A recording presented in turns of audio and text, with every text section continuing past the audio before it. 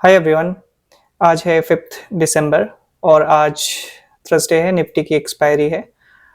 और आज देखते हैं हमने क्या ट्रेड्स प्लान किए थे और किस तरीके से ट्रेड एग्जीक्यूट किए गए और मार्केट किस तरीके से आज मार्केट में क्या वॉलेटिलिटी रही।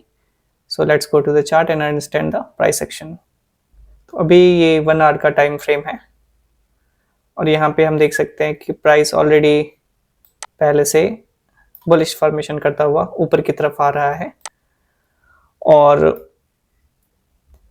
प्राइस ने यहाँ पे नीचे आने के बाद एक सपोर्ट लिया। प्राइस फिर से हायर हाई बनाता हुआ यहाँ पे आ रहा है।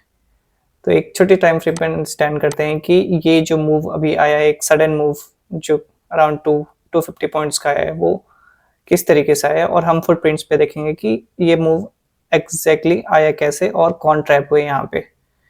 तो let's go to the first to the small time frame. तो 15 मिनट के टाइम फ्रेम पे हम इसको एक बार देख लेते हैं। तो एज यू कैन सी एक बहुत बड़ी कैंडल आई है। This is a short covering candle, so it's around 226 point की एक कैंडल आई है। और आप अगर देखेंगे मॉर्निंग में प्राइस एकदम फ्लैट ओपन होता है और प्राइस धीरे धीरे नीचे की तरफ आने की कोशिश करता है। तो आज का जो जो मेरा ट्रेड प्लान था वो ये था कि मैं लिक्विडिटी ट्रेड करूंगा, जो मैं करता हूं।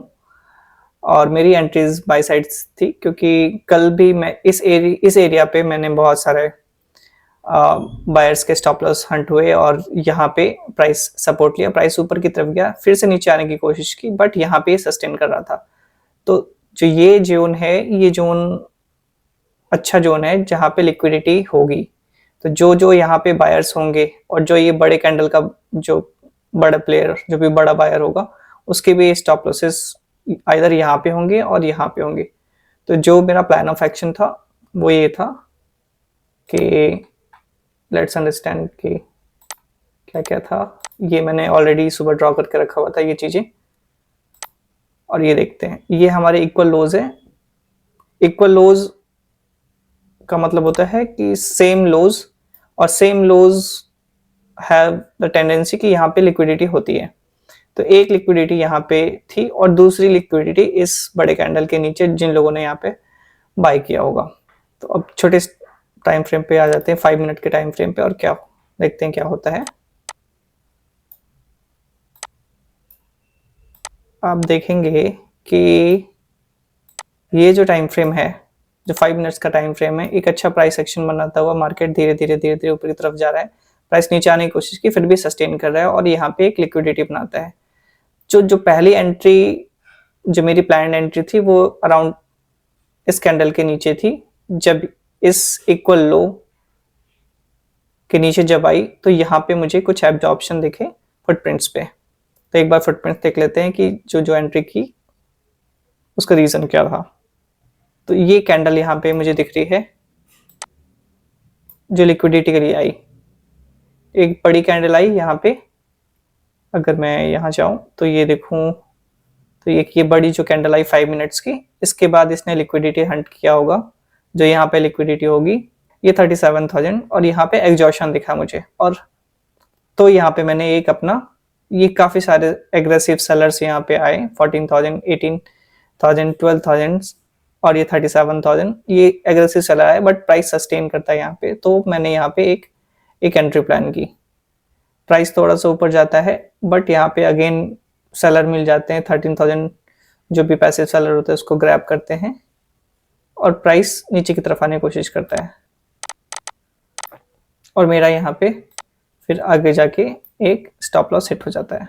तो अराउंड मेरा यहाँ पे एक स्टॉप लॉस हिट होता है और मैं फिर उसके बाद एग्जैक्टली मैंने यहाँ पे 2 ट्रेड प्लान किए होते हैं। पहला जो लिक्विडिटी पे जस्ट प्लान किया होता है वो उसका स्टॉप लॉस यहाँ हिट होता है, और दूसरा ट्रेड जब ये ग्रीन कैंडल बनती है तो यूजुअली ऐसा होता है कि अगर लिक्विडिटी ले ली तो नेक्स्ट कैंडल ग्रीन बन जाती है। तो वहाँ पे फिर मैंने यहाँ पे इसके 50% पे मैंने प्लान किया था। अगर मैं टर्मिनल देखूँ तो पहले इस कैंडल पे मैंने शॉर्ट किया था, पी शॉर्ट। सो मैंने आईटीएम पी शॉर्ट किया था 24,800 का। फिर से जब ये इक्वल लोज, ये और ये लोज जब टेकन आउट हुए। तो यहाँ पे अराउंड मैंने इसको का जो प्राइस है ये है अराउंड 403, यहाँ पे मैंने इसको शॉर्ट किया।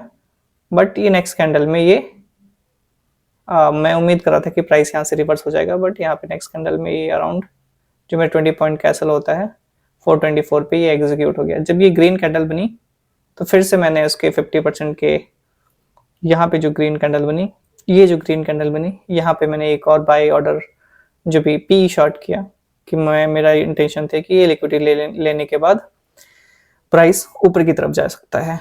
तो यहाँ पे मैंने एक और पी शॉर्ट किया, बट ये अगेन यहाँ पे आके मेरा स्टॉप लॉस हिट हो गया। उसके बाद ये देखते हैं एक ये बड़ी कैंडल आती है, यहाँ पे जो भी सेलर जिन्होंने सेल किया होगा इनका लिक्विडिटी लेकर, ये वाली कैंडल इनकी लिक्विडिटी लेकर और प्राइस एक इन्वर्टेड हैमर में बनता है और यहाँ पे प्राइस एक शार्प फॉल होता है। अब यहाँ पे देखते हैं इंटरेस्टिंगली यहाँ पे क्या होता है। यहाँ पे एक और लिक्विडिटी है जो कल की लिक्विडिटी है, कल की स्विंग लो की लिक्विडिटी है। तो यहाँ पे इस कैंडल में एग्जैक्टली हो क्या रहा है ये देखते हैं। यहाँ देखते हैं इस बड़ी कैंडल पे क्या होता है। तो यहाँ पे 77,000 जो स्टॉप लॉसेस है वो हिट हुए, और जब ये एग्रेसिव सेल हिट हुए यहाँ पे, ये जो मार्केट ऑर्डर हिट हुए 23,000, ये 77,000, 20,000, 36,000, तो एक अच्छी लिक्विडिटी यहाँ पे जो बड़े प्लेयर्स थी उनको मिल गई। 21,000 अगेन 10,000, 11,000, 15,000, तो ये काफी अच्छी लिक्विडिटी यहाँ पे बायर को यहाँ पे एक अच्छी लिक्विडिटी मिल गई और प्राइस ने यहाँ पे थोड़ा सा सपोर्ट लिया। प्राइस अगेन यहाँ पे जैसे कल मूव हुआ था एक यहाँ पे बड़ी कैंडल के बाद थोड़ा सस्टेन किया, प्राइस ने दोबारा यहाँ पे सस्टेन करने की कोशिश की, बट यहाँ पे थोड़ा सा कॉन्फिडेंस मुझे नहीं आ रहा था क्योंकि यहाँ पे जो एग्रेसिव बायर्स थे इतने ज्यादा यहाँ पे बायर्स नहीं थे। तो मैं वेट कर रहा था कि जब भी कोई बड़ा ऑर्डर हिट होता है यहाँ पे, जब कोई बड़ी क्वांटिटी में अगर बाय साइड अगर ऑर्डर एग्जीक्यूट होता है, then I place my one more trade here. तो यहाँ पे मैंने देखा 23,000 जो भी सेल ऑर्डर थे यहाँ पे एब्जॉर्ब हो गए, मतलब जो हमारा लिमिट बायर होगा उसने 23,000 जो कॉन्ट्रैक्ट होंगे निफ्टी के उसने एब्जॉर्ब कर लिए और प्राइस ऊपर की तरफ हिट होता है। तो यहाँ पे कंफर्मेशन बनने लग गया धीरे धीरे कि प्राइस यहाँ पे सपोर्ट ले सकता है। फिर प्राइस धीरे धीरे नीचे की तरफ आता है और यहाँ पे एक मैं बड़ा ऑर्डर देखता हूँ 50,000 कॉन्ट्रैक्ट्स का। So this is again a confirmation कि प्राइस यहाँ पे सपोर्ट ले सकता है और प्राइस यहाँ से ऊपर जाएगा। जैसे ही प्राइस इस जो एक बड़ा ऑर्डर था 77,000 का, ये ऑर्डर जैसे ही प्राइस इस पॉइंट पे आता है 32,000 का एक बहुत ही बड़ा ऑर्डर एग्जीक्यूट होता है और देन मैं अपनी एंट्री यहाँ पे इसी एग्जैक्टली यहीं पे मैं अपनी एंट्री प्लान करता हूँ। तो एक बार मैं अपनी एंट्रीज देख लेते हैं कहाँ पे मैंने प्लान की थी एंट्री। एग्जैक्टली यहाँ पे जैसे ही इसके इस वाली कैंडल पे जैसे ही मेरा 32,000 जो कॉन्ट्रैक्ट होता है हिट होते हैं, वहां पे मैं 474 पे मैं प्लान करता हूँ और मेरा जो मेरा स्टॉप लॉस है वो था 494। फिर जो नेक्स्ट कैंडल आई वहां पे मैंने देखा कि यहाँ पे 40,000 और 27,000 सेलर्स ने ट्राई किए प्राइस को नीचे ले जाने की, और फिर भी प्राइस एक हैमर बनता है। और यहाँ पे इसका मतलब this is confirm that this zone, ये जो भी जोन है यहाँ पे बायर्स, बहुत स्ट्रॉन्ग बायर्स यहाँ पे अवेलेबल है। तो मैं अपना जो स्टॉप लॉसेस है वो इस कैंडल के नीचे प्लान कर लेता हूँ कि ठीक है प्राइस अब इसके नीचे अगर जाता है तो प्राइस नीचे की तरफ जा सकता है, बट इससे नीचे नहीं जाना चाहिए क्योंकि ये जोन बहुत ही अच्छा था। बट प्राइस थोड़ा सा ऊपर जाने के बाद एग्जैक्टली मेरा स्टॉप लॉस सेट होता है इस कैंडल के एकदम लो में जब स्पाइक लगता है, और उसके बाद अब प्राइस देखते हैं। उसके बाद प्राइस सस्टेन करता हुआ बहुत ही बड़ा मूव आता है, उसके बाद 47 पॉइंट का मूव आता है। उसके बाद जितने भी सेलर्स थे सबके स्टॉप लॉस यहाँ पे हिट हुए। 48,000 बाय ऑर्डर 20, जो भी सेलर होंगे वो नेट बायर बन जाएंगे यहाँ पे, और 48,000, 27,000, 38,000, 14,000। सो इस तरीके से ऑर्डर एग्जीक्यूट हुए और प्राइस ऊपर की तरफ चला गया, जाता चला गया। अब देखते हैं कि प्राइस कहाँ तक मूव किया, क्यों मूव किया, यहाँ तक एग्जैक्टली यहाँ तक ही मूवमेंट क्यों आया और बहुत फास्ट मूवमेंट क्यों आया।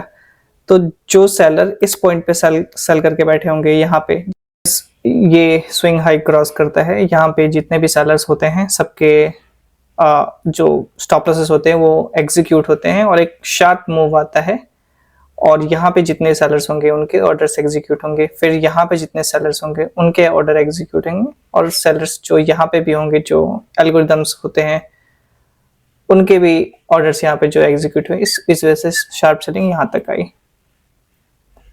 और प्राइस यहाँ तक एक बहुत अच्छा मूव यहाँ से यहाँ तक 250 पॉइंट का प्राइस ने दिया। तो फुटप्रिंट हमें एक एज देता है कि एग्जैक्टली बायर और सेलर कहाँ पे एंटर कर रहे हैं।